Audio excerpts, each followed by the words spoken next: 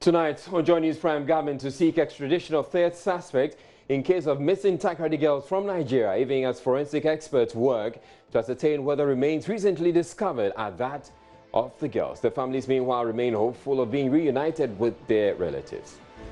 It is never going to be our girls. Our girls are alive. They know that the girls are there, so they should go and bring them. They know that the girls are there. Whether it is negative, they can just say it's positive. So we don't believe in anything that they are going to do. Local government ministry blames wasteful and imprudent management of state resources on weak supervision at MMDAs. Police urge to expedite investigations into recent killings in the country, including the death of the Asante sub-chief. In business, Ghana Hotels Association instructs all members to stop quoting prices in foreign currencies in compliance with Bank of Ghana's currency regulations. And students of the University of Ghana revived debate about the relevance of the degrees being awarded by the school.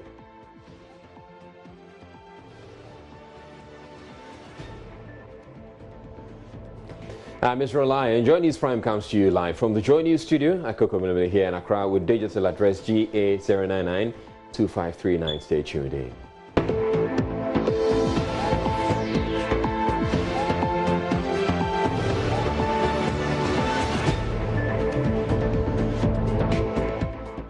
Deputy Minister of Local Government and Rural Development, Kwesi Boateng-Ejay, is blaming the wasteful and imprudent management of state resources as revealed in the Auditor General's report on weak supervision by the heads of various municipal, metropolitan and district assemblies. The recent Auditor General's report sent to Parliament indicates the phenomenon of financial malfeasance at most of the MMDA still persists. Speaking on the sidelines of the commissioning of an office complex for the Ghana South Municipal Assembly, Kwesi Boateng-Ejay urged MMDAs to repent. I agree with you that there are a number of infractions that year in, year out become exposed by the Auditor General. The cure to it is vigilance and the assembly staff allowing the laws of the land to operate. For instance, procurement issues. There are strict procurement laws. If you even buy something and you want to use it, you have to pass it through the source. And the law requires that any item that is bought passes through source. If you don't pass it through the source, it doesn't get captured in the Assembly's expenditure arrangements. So if the auditors come and you have no store receipt covering that thing, that will be indicated as an infraction. But there are human beings who are involved in the process. So you have the chief executive, you have the coordinating director, you have the finance officer, you have the stores, the officers and all of them. What would be able to handle these issues so that we won't have a repetition of them is for these officers of the assemblies to play the rules as they know by way of the rules that have been laid down for the implementation of those things. 70% of the 1,482,000 Ghana cedis used to build the Ghana South Municipal Office Complex was sourced from its internally generated funds, with the rest coming from the District Assembly's Common Fund. The Acting Inspector General of Police, James Opong-Bueno, says female officers of the Ghana Police Service are adequately trained and equipped to excel at United Nations peacekeeping missions. His remarks follow a call by the police advisor and director of the Police Division of the United Nations, Commissioner Louis Carrillo, that the Ghana Police Service should deploy more females to mediation assignments. Commissioner Carrillo noted that most people, especially the vulnerable ones in conflict areas, feel safer dealing with female police officers. A report by Efwa Evans-Chenry. IGP James Opong-Bueno says the visit of the United Nations Director of Police, Commissioner Louis Carrillo, is an honor to the Ghana Police Service. According to him, it's very rare to have the Advisory Secretary General of the United Nations and also head of the police division of the UN visiting a country. James Opombwenu recognizing the role of the Ghana Police Service as one of the very first countries deployed in the United Nations mission in Congo in the 1960s, indicated that the country's foreign policy has allowed the police, particularly females, to assist with ensuring peace in countries suffering from political unrest. You understand that in certain areas where the culture does not permit females in the society, in the communities, to interact with strangers, let alone foreigners. So if you have a lot more women in deployment, the women police officers are able to deal with women victims than men are able to do that. And Ghana has been one of the countries that produced a lot of women police officers, deployed more female police officers in the missions. So I believe the request is in order, and we are prepared to deploy more women into the missions. We train our women alongside the men, and I can assure you that the police women are very competent. I'm sure it has already been mentioned that last year the best female police officer in all the UN missions was Phyllis, now Assistant Commissioner of Police Phyllis Amatebua, who was adjudged to be the best. So our women are highly trained and highly competent. While stressing the contribution of women officers towards providing maximum security at peacekeeping missions, Commissioner Carrillo indicated that the United Nations Police is usually deployed in environments where there are people in need, such as victims of crimes, internally displaced people, and refugees, and women police are better accepted by those in need. Ghana Police Service is one of the main police contributing countries to United Nations Police, and the quality of the women and the men that serve in United Nations peacekeeping operations, United Nations special political missions, is recognized. And I came here to thank the Inspector General of Police, James, my dear colleague, and also all the leadership for the continued commitment. Of course, I was particularly impressed with the Guard of Honor, all female. As you know, female police officers are in high demand in peace operations, and I also made a plea to the Inspector General of Police and to all the leadership to continue to deploy excellent police officers for peace operations, particularly female police officers, at the different types of engagement. Commissioner Carrillo is on a diplomatic mission to Ghana on a capacity building workshop to train police officers in Ghana and other countries to equip those who are responsible for the formed police unit. Now, 3 years after she was allegedly defiled and impregnated by 2 boys in a village near Boku in the Upper East region, the 19-year-old victim is still fighting to secure justice. Aisha, not her real name, together with her mother, were compelled to relocate to the Ashanti region because they refused to heed to calls by their relatives to withdraw the case from court. Joy News' Mahmoud Mohamed Nuruddin reports the victim's situation is even more complicated because she's unable to say which of the perpetrators is the father of the 2-year-old girl born after the alleged rape.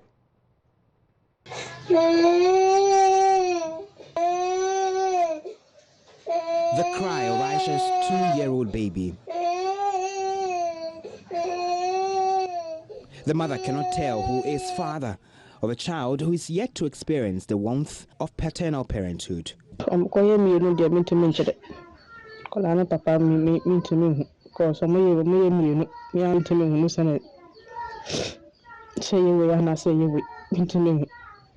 of the alleged culprits of the defilement is prepared to accept responsibility for the outcome of the alleged criminal act.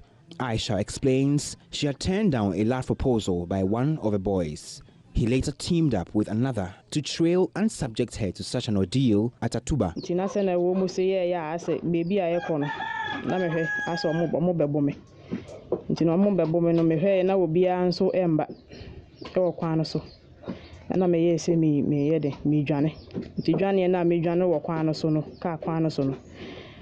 As they approached, I realized that they wanted to attack me, and there was no help coming, considering the location of the road. I took to my heels. They threw their bikes and chased me until I became weaker and weaker, stumbled and fell.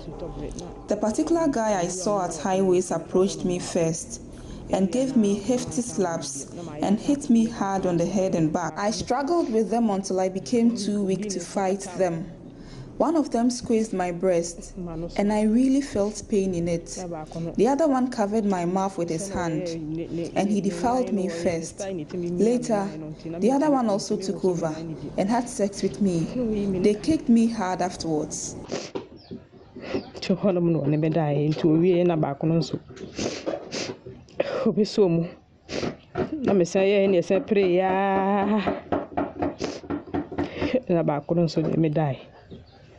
Aisha was unable to inform her parents or any relative about the incident for fear of being punished. Little did she know the abuse could result in pregnancy. Subsequently, it was discovered, and she had to name the alleged offenders who denied the accusations. Police in Boko arrested the boys, and for 2 years, Aisha's mother and education authorities have been trekking to court. Abolga Matilda is in charge of girl child education at the Boko Municipal Education Office.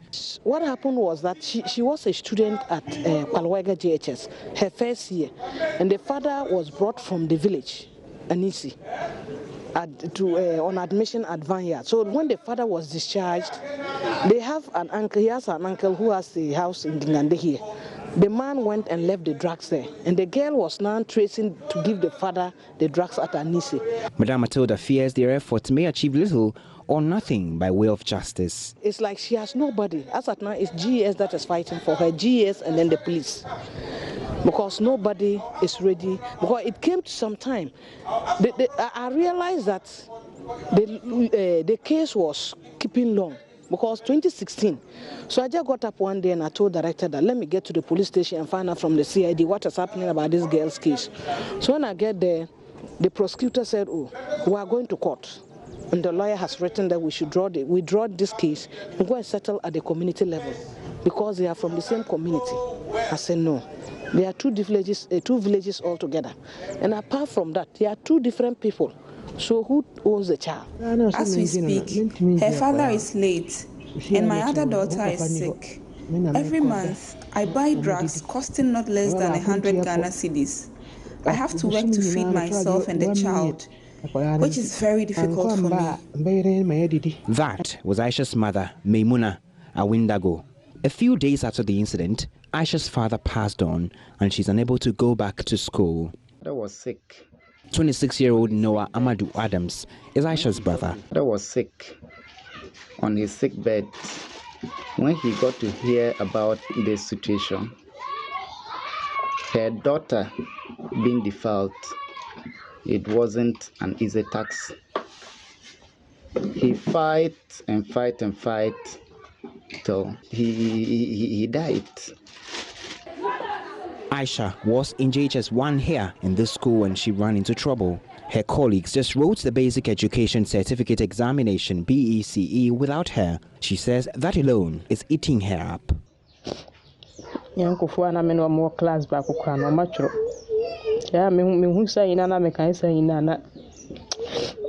I couldn't continue my education again. I get experiences of the incident and felt mentally traumatized whenever I see my schoolmates whom we could have completed together. If it were now, I would have disclosed it, but it was too late for me. Aisha's relatives say they do not have good legal representation in court. Her mother fears the outcome of the process, and her little granddaughter would remain fatherless. Aisha's defilement is just one of many cases recorded in the Boko area alone. The Girl Child Education Unit is alarmed by the situation. Whether or not Aisha will get justice and whether it will be enough to deter errand boys here remains a riddle to be solved. Mahmoud Mohammed Noordin's report for Joy News. Now, TV correspondent Obringpongja Kwame Owusu was allegedly assaulted on Saturday during the National Democratic Congress primaries. We will speak to Obring Poja, but first a look at the statement released by the Volta region branch of the Ghana Journalists Association, and it reads: the attention of the Ghana Journalists Association, GJ Volta, has been drawn to a barbaric attack carried out on our TV correspondent in the OT region, Mr. Obring Poja Kwame Owusu, last Saturday by the National Democratic Congress in Kwanta South Constituency Secretary Prince Succeed Fiagaji. Mr. Owusu was carrying the parliamentary primaries at the polling station when the constituency secretary was said to have pounced on him with slaps for capturing a scene at the center. The video camera of the correspondent was destroyed by the NDC bigot, who demonstrated no sense of civilization on the ground. The association condemns the act in no uncertain terms and is happy that the police acted promptly to arrest the aggressor and is investigating the matter. The conduct of the constituency secretary, to say the least, leaves an irreducible mark on the integrity of the NDC primaries in that constituency. The association wants to assure members and all law-abiding citizens that it will pursue the matter to its fullest degree. For now, GJ Volta is urging all members and practitioners to stay away from functions organized by the NDC in that constituency until the branch apologizes for the obnoxious conduct of the constituency secretary and replace the damaged camera. Meanwhile, the association wishes Mr. Owusu a speedy recovery.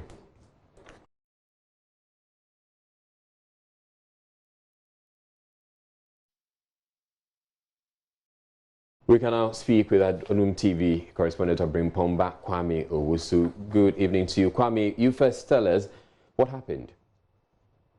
Thank you, my brother.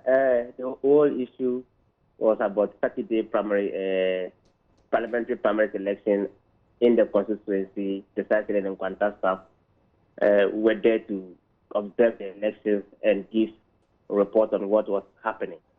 So at the process, in fact, the election was so smooth in a way that everybody, there was peace, there was calm, everybody there had a successful election. So at the process, there was some understanding between supporters of the aspirants over there. So as a reporter, I was just there to ask what was the issue or the cause of the fight, and then I was in the process taking a footage. All that I could hear was a slap for the constituency secretary. Why was I taking that footage for? And these are the final election. What should I take if there's anything on that? What happened? So that's what happened, my brother. Now, since the incident happened, were the police at the scene, and how did they react to that? The police were there. In fact, they came to my rescue when he ran over me, and then they gave me an escort out of the place, and went to the police station to report. So after reporting to the police station, I was issued with a medical form to go to hospital, which I did. And in fact, my brother, as I speak with you, I can't even put the phone on my ear. And the phone is always on loudspeaker because I have severe pain, I have headache, my neck pain. As I speak, so since then, I've not been of myself as I speak with you. Very sorry about that, Obring Pomba. Now, has the constituency reached out to you at all? That was Sunday morning when the MP of the area called me to talk to me and find out what has happened. So I also gave my side of account to him and asking me to drop the case. And whatever gadget that was called, he was ready to give me part of the money to solve the case. And I told him, me, a person, I'm working under somebody, I'm working under authority. I've already reported the case to my association and my leaders. So if I would take a decision, I have to hear from them, and if they agree on whatever decision you want to say, or maybe he is saying, then I can go with it. But for now, I'm pursuing the case to court because I'm looking for justice. Because I'm working, I'm in line of duty. Without any provocation, you cannot just run over me, slap me because there was some crackers. You were doing something that was not good within, and you didn't want it to go out. Just slap me. I'm going to seek for justice for myself. All right. Thank you very much, Obring Pomba Kwame Owusu. He's the TV correspondent in the OT region. Now, taxi drivers at the English Manfrom taxi station have accused some military officers living in the area of brutalizing them.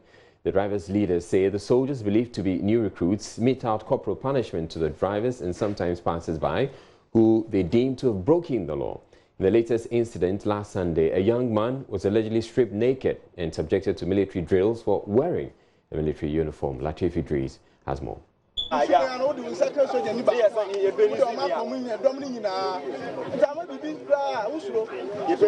The drivers here and residents are worried about the current state of affairs.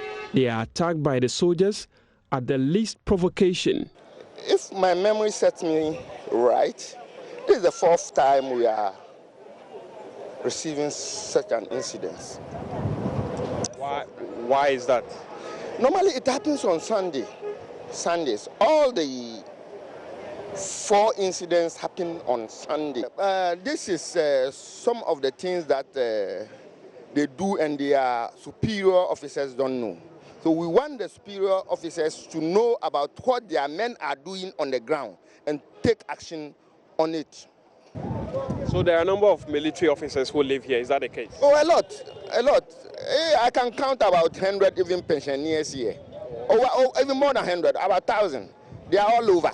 So maybe they could be their children or something. Now in the military, once in a blue moon they come in to visit. After visiting, then they have to go with their friends on drinking spree, and they do all these things here. The driver was assaulted right in the middle of the road here. Now, narrating his ordeal to us, the driver said he did nothing wrong and the assault was unprovoked. I wanted to give someone away, so I decided to move forward. So immediately I put the car on the drive and I wanted to go forward. And I saw some car on a tall speed coming, and he applied brake. So when he saw me, he was like, as if I'm going to cross him, and I said, oh, I'm sorry. So there is a gentleman in a white long sleeve came up and he was like, I should get down. And I got down. And he said I should kneel down. And I said, why should I kneel down? Immediately I said, why should I kneel down? He gave me a dirty slap to the extent that even I felt this at a point. And he said, and I said, why did he slap me? He said, I should kneel down, I should kneel down. So I saw 2 military officers get down from the car. And how did you know these are military officers? Because they dress up, they get dressed in a military uniform, full military attire, 2 guys. But the one who slapped me was in a mufti, white long sleeve dress with a tacking. So he was the one driving the car before the 2 military officers were at the back of the with one lady in the front of him. So they all get down and they came surrounded me. So why do I want to kill them? And I said, even the car didn't touch you. I didn't even move the car. You saw me from afar. You were on a top speed and you applied brake. And you saw me and you just slapped me. Oh. And they laid their hands on me. I should kneel down. And I knelt down. They said I should raise up my hand. And I raised up my hand. And they were able to do whatever they want to do. After that, they sat in their car and drove away. A trader who witnessed the initial assault on a young man accused of wearing military uniform tells me about how dehumanizing it was for the naked young man to be taken through a military drill.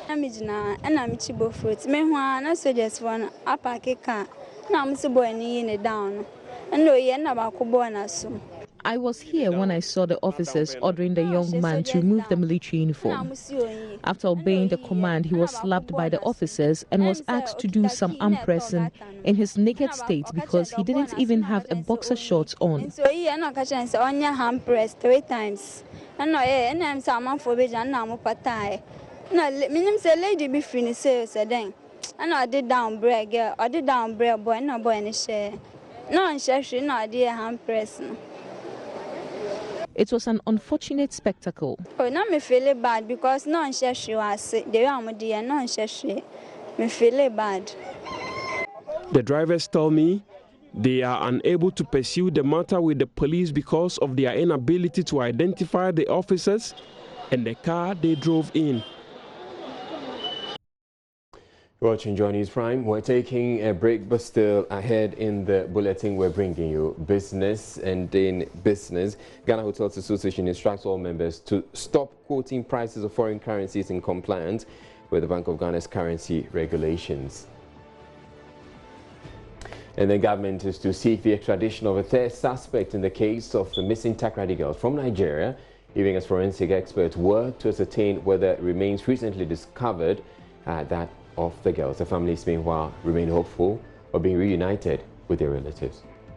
It is never going to be our girls. Our girls are alive. They know that the girls are there. So they should go and bring them. They know that the girls are there. Whether it is negative, they can just say it's positive. So we don't believe in anything that they are going to do. Now, the Ghana Police Service will be seeking the extradition of a third suspect in the case of the Takoradi missing girls from Nigeria. Chika Inudim, who is believed to be part of a cross-border criminal gang, is currently in the custody of the Nigerian police after he was arrested by the country's National Agency for the Prohibition in Trafficking of Persons. The police have already indicated vital leads obtained from conversation between himself and the main suspect, Samuel Odotokwils, helped police to retrieve some skeletons suspected to be human remains. August 2nd, we had information from our counterpart in Nigeria that one of the accomplices has been arrested. The suspect, we allowed him to speak to that suspect who has been arrested in Nigeria. And during their conversation, we realized he was rather forcing the suspect, his accomplice, to accept whatever he says.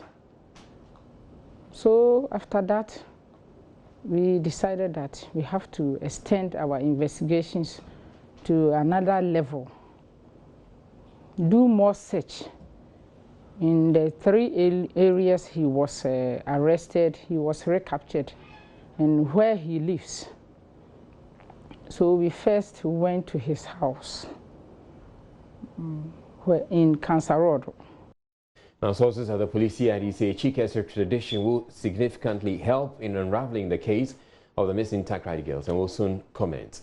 Meanwhile, the families of the Takoradi missing girls will have to wait about 2 more weeks to know if DNA samples collected from them match the suspected human remains retrieved a few weeks ago. The families, however, say they are sure the girls are alive and will be reunited with them soon. They have been speaking with Ghana Police Watch. If the DNA result comes and then they say it was her, it's a destiny. Because you can't predict destiny.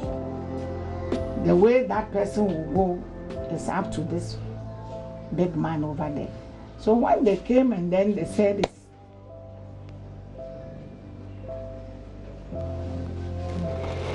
It is never going to be our girls. Our girls are alive. They know that the girls are there. So they should go and bring them. They know that the girls are there. Whether it is negative, they can just say it's positive. So we don't believe in anything that they are going to do. We know that our girls are alive. Some of them are aware that the girls are alive. It's not their remains. So they should go and bring our girls. That's what we want. Wherever she is, I know the good Lord is still protecting her. And I believe that one day she will come back. Mayfair, wherever you are, just keep your hopes up and keep on praying. We are not going to leave this case until we've seen you here. So I believe that you are going to come back home. The skeleton was not found anywhere but near the house of the first suspect. And what worried me most is that when he was rearrested, they found my daughter's breast. So if it has turned out that he has found some skeletal bones in the pit near where he was staying, but I became very sad. So, but the assurance was that you have to make this DNA test to test whether the bones they found were actually those of our missing daughters or not. So I'm praying that if God will, it should tend to be negative. But are you worried that it is possible that it may be your daughters? Oh, I know there are wicked people in the world, so you can do more than that. So if I don't doubt too much that he cannot kill the girls. I know he can do it. Though I don't know him, but how he has dragged matters until this time without telling where the girls are, I know it's possible. It's because we are in this wicked.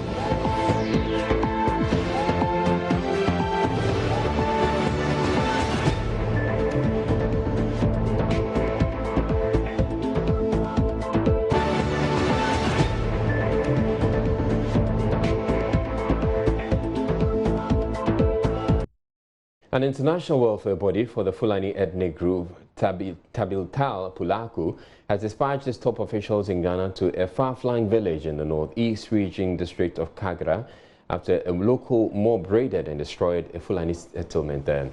The National Secretary of the Fulani ethnic groups, Alhaji Yakubu Musabari, is calling for the arrest and prosecution of the persons involved. That's Tanko's report. The team was sent on Monday following a misunderstanding between settler farmers and the nomadic herdsmen. The confrontation over a damaged rice crop ensued last Friday between a Fulani herder and a local farmer at Bagurugu when the farmer led two others into the Fulani settlement and attacked the herder, accused of allowing his cattle to enter the rice cropland.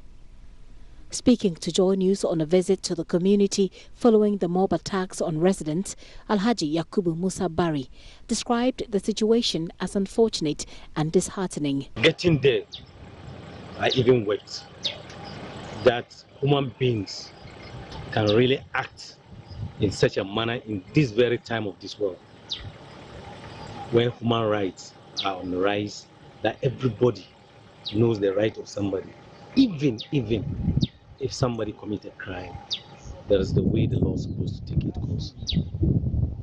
But what I saw today, it's like a war zone. A war just ended and then we came there. Houses were burned, animals were even burned on life that we met there. About 35 houses burned to ashes. These children, women, the house owners are out helpless. In fact, I can't even describe what I saw today. In my life, if not on television, on war zones that have been filming, I've never seen such thing before in my life. The security forces should pick up their tones and then bring all those perpetrators to book so that it will be a deterrent to other people across the country. The chief of Tamalgu, Na Yakubu Abdullah, also indicated his preparedness to partner the security agencies to settle the matter. That rests on the security services, and we will assist them to get to the bottom of the matter. Whoever, whether man or woman is involved, will be apprehended and dealt with according to the laws of Ghana. Plus, together with the elders of Bagurugu, and then the assistant with the police from Karga, I think we will arrive at a positive conclusion. The Northern Region Minister, Salifu Said, has condemned the attack and assured the matter will be investigated. Only yesterday, between Fulani communities and another ethnic groups in Bagurugu village in the Karga area, in all of this, there have been threats of destruction of lives and property, and indeed, in the Karga situation, a number of houses were burnt and properties destroyed. RESE condemns this later incident involving the destruction of property in Karga and calls for the apprehension of all those involved in that act. Meanwhile, police in the region say some arrests have been made. Yusuf Tanko is the Northern Regional Police PRO. The rice farmer then mobilized some of the youth in the Bakurugu township and attacked the Fulanis, where these destructions were done. 4 persons were recorded to have sustained injuries, and they were taken to the Tamalegu ship compound for medical treatment. The police has been able to maintain the situation, and the community is calm now. Investigations are ongoing to arrest the perpetrators of the act.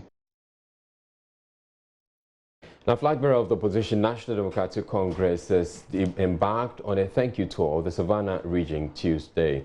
Former President John Mahama, who hails from the region, is there to thank members of his party for the support as he leads them into the election 2020. He interacted with chiefs of Mpaha and Busunu, suburbs of Central and West Gonja districts respectively, and it's expected to mend cracks in the party following Saturday's parliamentary primaries.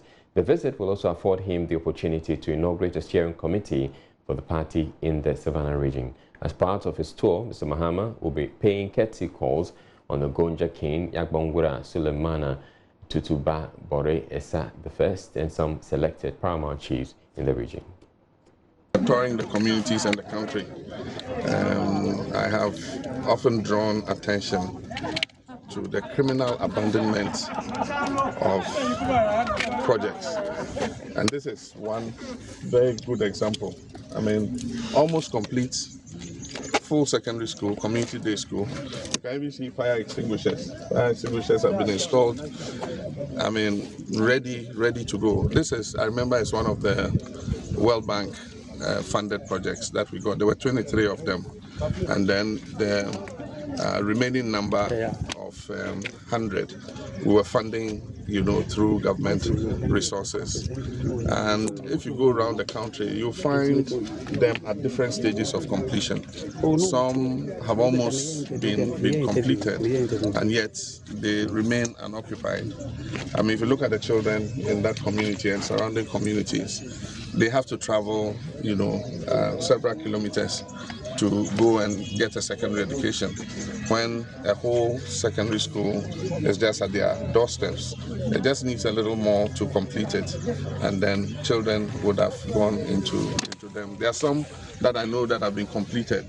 It's just that you're filling it with the children, but government has not done what it takes. The 1992 Constitution enjoins all succeeding governments in the Fourth Republic to continue the projects that it inherits from the preceding administration. It doesn't look like this government, is respecting, that aspect of our constitution, because it's not only schools. I mean, hospitals. There were several hospitals started all over the country that have been abandoned. There are several road projects, there are water projects, electrification projects have all been abandoned. And when that happens, it's just a waste of the taxpayers' money, because this is a loan that we're giving. Government is going to pay the loan, and yet we are not getting the benefit of what this school should have offered the community. It's a dire situation which is gradually grinding the entire Volta regional capital to a halt. For close to 2 weeks, Ho has been faced with severe water shortage, forcing residents to depend on unwholesome water sources, fetching water from almost dried up streams, wells, and boreholes. The main Ghana Water Company pipeline supplying the city has been washed away, resulting in the crisis. An attempt by engineers to fix the problem led to the death of one staff of the Ghana Water Company. Correspondent Mauli Yevu Agbi has more. This is AD 2019, and the popular yellow liter gallons, known as 4 gallons, have again become a regular feature across the whole municipality due to the shortage of water. The shortage is said to be the worst in over 30 years. The situation is having a toll on productivity as workers are forced to queue for hours to fetch water from these streams, wells, boreholes, and any available sources of water. A number of wells down there, but then the wells kind of ran out. They just ran out. So we've been roaming. See, I just fill my tank with petrol, and then I drive around and find where I can get water, and that's it. You are in church, you are even thinking about where to get. You don't kind of get to focus on the preaching, I realized last week Saturday, if I go to work, I go to work, say maybe 10, 11, because I have 3 kids in the house, and I have to get water to bath them, take them to class, and come to work. If the water I got in the morning is not sufficient, well, forgive me, but I get to close a bit early, you see. I leave like 2, 3, because when you come here, that 2, 3, you're lucky you leave around 6, 7 p.m. I mean, households are under pressure the chores that require water are deferred, with serious implications for sanitation and hygiene. If you have extra water, you'll be thinking about how to go to the washroom. How are we going to flush? After flushing, will you get water to bath, for the kids to cook? I don't even use the water to cook. I used to wash, and the washing too, unless you buy Omo before you can have the soapy water. And other than that, you wouldn't get anything. So we are praying this issue happen. Taxi drivers are cashing in on the situation as helpless residents seek their services to get some gallons of water. Efforts by the Ghana Water Company to resolve the challenge has even resulted in the death of a technician. The deceased got drowned in the Chawe River, close to where the broken pipeline was. It's unfortunate. One of the pipeline that comes all the way from Private through the Bami Reservoir to the whole municipality and its environs was washed away at Akrofo. There's a big river there, and the pipe is supported on the piers, concrete pillars. On the 18th or so, I think the level went very high, and then we washed away the pillars. As a result, we collapsed the pipe. Unfortunately, we don't have the materials at that time, so we have to look for it from all of our systems. I think our major challenge is with the road. This is a small road that's supposed to serve the villages, and all of a sudden, all the big trucks, instead of using the Krepe and the Aswasi roads, have decided to use that particular route to get to Hohoi, Pandu, and all those towns beyond the northern out of the Volta. So as a result, we are afraid of, the nature of the road, because the pipe is a rigid material. It's a 20-inch steel pipe, which is quite heavy, resting on the weaker, bridge. So we are all waiting. We start pumping yesterday, and we are monitoring the situation and see if the situation will be stabilized. In the meantime, we want to talk to the higher authorities to see if it's possible all those big trucks, carrying cement and other sand could be diverted to use appropriate routes which they have diverted and using this particular route. Residents are getting worried as they say all the sources of water they are resorting to are drying up. Well, the Ghana Water Company has issued a statement on the matter, and let's get to see what they are saying. The management of Ghana Water Company wishes to inform the people of Ho and the general public that the challenge with the water situation is completed and water production and pumping has begun, and we are assuring our cherished customers that the situation will normalize by close of day on Wednesday, August 28, 2019. It continues as the general public was informed earlier on the 18th of August through the Volta Regional Office of the GWCL. The main transmission pipeline from the Perver treatment plant that serves the entire Ho township gave way as a result of high tides and levels of the river at Akrofu, a village near Ho. The sector minister and GWCL have been working with other sectors to have a sustainable solution to the problem. The collaboration has worked effectively, leading to an early completion of the repairs to enable the resumption of water supply to the whole municipality. As management of GWC apologizes for the inconvenience caused, the government is assuring all that it is committed to the provision of water for all and will not relent on its effort to realize this vision. The government is currently sourcing for funding for the rehabilitation and expansion of the Wekweve treatment plant to serve the growing population of Ho and a new plant to serve the Hohoi municipality. The Association of Lotto Marketing Companies is threatening to cease its operations if the National Lottery Authority, NLA, continues to delay processes to streamline the activities of illegal private lotto operators, popularly known as banker-to-banker. The banker-to-banker operators who have been on the warpath with the NLA on Monday accused the Director General, Kofi Osei-Amea, of charging illegal fees with a promise to license the operations and demanded his interdiction. The Association of Lotto Marketing Companies, whose operations are recognized by NLA, however, say the authority cannot back down on its clampdown on illegal lotto operators. General Secretary of the Association, Kofi Frimpong, told a news conference on Tuesday, the NLA cannot continue to encourage illegality.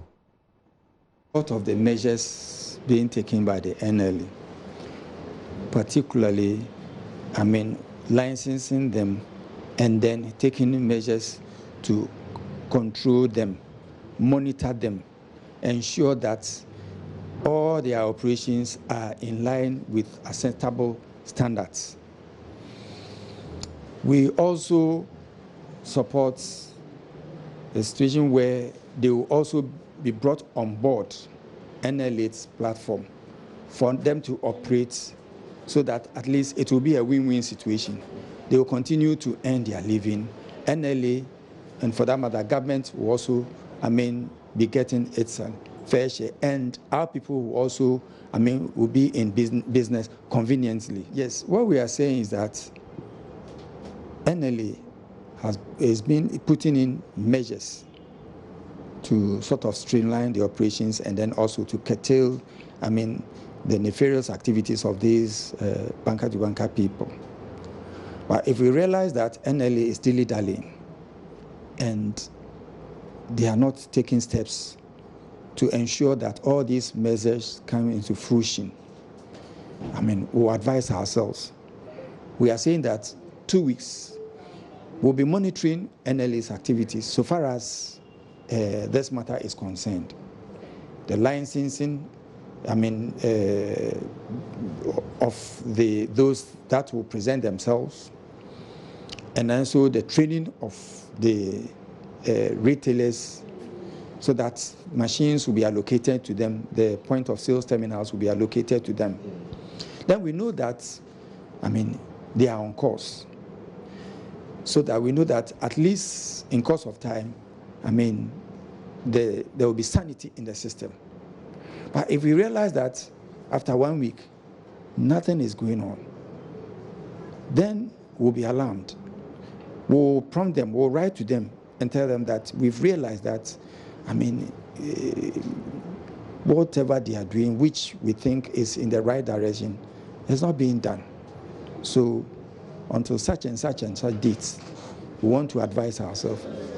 We will organize our people either to boycott NLA until we see that they are doing the right thing. Students at the University of Ghana have been discussing the relevance of the degrees being churned out by the institution to the world of work. The matter became the subject of widespread public debate after it was recently raised by the Chief Executive of the Chamber of Bulk Oil Distributors, Senyor Hosi, who described graduates from the school as non-thinkers. It turns out the University of Ghana Debate Society found it worthwhile to bring back the debate weeks after it had been dealt with. This time round, though, some of the students also poured out their frustrations with the education sector and the country in general. Maxwell Agbagba sat through the contest, and here is his report. I have 3 degrees, all from the University of Ghana. The Chief Executive Officer of the Chamber of Bulk Oil Distributors and an alumnus of the University of Ghana, Senyor Hosi, criticizing the university for failing to train people he describes as thinkers. Respectfully, the old men running this school, there are too many. Get them out. This is a school of mediocrity. So if you want to fix it, it starts with you guys as lecturers. It starts with being the thinkers. You guys are not thinking. We're using the Cambridge style of debate. So we have proposition who are in favor of the motion and opposition who are against the motion. This subject by Senyor Hosi has divided a lot of opinions out there, and members of the University of Ghana Debate Society are hoping to settle it with what? A debate. It is about 9 p.m. at the lower lecture room of the University of Ghana. Members of the Debate Society are gathered arguing for and against the motion. Quote, this house supports the assertions made by Senyor Hosi, unquote. Level 200 political science and Spanish student Rosalind Plaha is arguing in favor of the motion. She supports the comments made by Senyor Hosi. People are rather focusing on investigating his degrees. Where there are bigger issues that have been raised, we feel that we need to focus on those. That is what we are saying. And therefore, we are forced to ask, who is thinking? I can tell you one person who is thinking, and that is Mr. Senyor Hosi. He comes up with many claims. The fact is, if we talk about people not thinking, it goes beyond the management of the University of Ghana. Our government is also not thinking. Because Look, yes, of course, because you realize that the sort of policies, everything they are doing, we're going into a double track system, and then look, it means there's going to be more pressure. And I am in a political science class. The ratio is 700 to 1. So you have people standing outside. So we admit that there is a problem. But we feel that the university can do something about it. We feel that breaking in the classes, I have old lecturers, right? And they behave like gods. You are not to question them. So I remember level 100 constantly arguing with my lecturers. You ask them a question. Yes, you were in my class. You ask them a question. Yes. And then it resulted in an argument. They feel that you ought not to fight against them. They feel that this is what they are saying. This is what is in the book. You are here for that degree. Pass and wrong. We feel that it is very bad. This is what Senor is talking about. We are not thinking. But you know what's worse? They are actually training us not to think. Just that they are not thinking. So they are not allowing us to debate in the classes. They are not allowing us to be able to have discourse with our lecturers on the things we are teaching us. These are the things we are talking about. Debate coach Antonio Edem Asinyo is arguing against the assertions by Senor Husi. He says the comparison with Assertion University is a non-starter. We think that's laughable, and mostly the temptation is to compare it to Ashesi. The point is this, ladies and gentlemen. University of Ghana, as a public university, and indeed the nation's pride and glory, has a responsibility of not just giving education on quasi-professional courses, but on the liberal arts, something Ashesi do not have, and something that someone like Rosalind, if you are going by their standard, will not have education and will probably be in the home selling tomatoes. But we do think that the value of giving Rosalind, who is studying Spanish and political science, the value of giving Antonio, who studied theater arts, the value of giving Ezekiel, who is studying psychology, is not only to provide them education, but to provide them an enlightenment that will be able to make them better human beings in future. It is better off than denying them. What do we have? What we have in Ashesi are people who are studying business and people who are studying engineering. There is no political science, there is no Spanish. And that will mean that if you should go by their metric or by their standard, a lot of you here will be home probably doing nothing. What Senor also says is get rid of them. Get rid of them is getting rid of all the old men. And we think that that is a mark of someone who is clearly not thinking or appreciating the times. Level 400 pharmacy student Jeremiah Sechi is against the motion. I'm going to deconstruct propositions cases using techniques from UG required course, critical thinking and logical reasoning. A course I am sure Mr. Husi didn't apply when making his arguments in that session.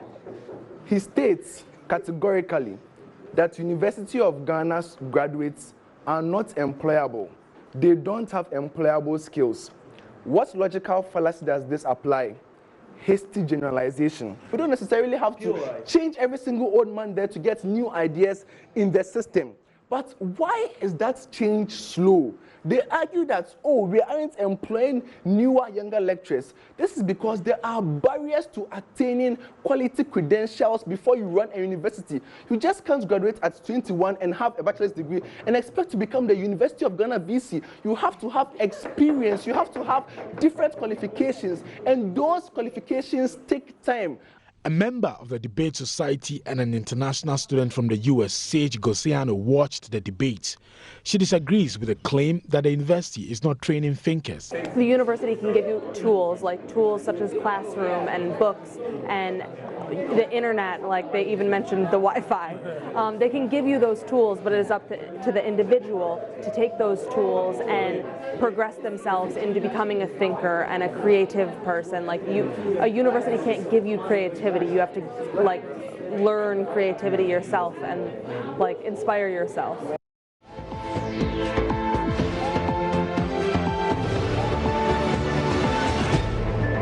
And that's it for the bulletin. I'm Israelite. Thank you very much for watching. You have a good night.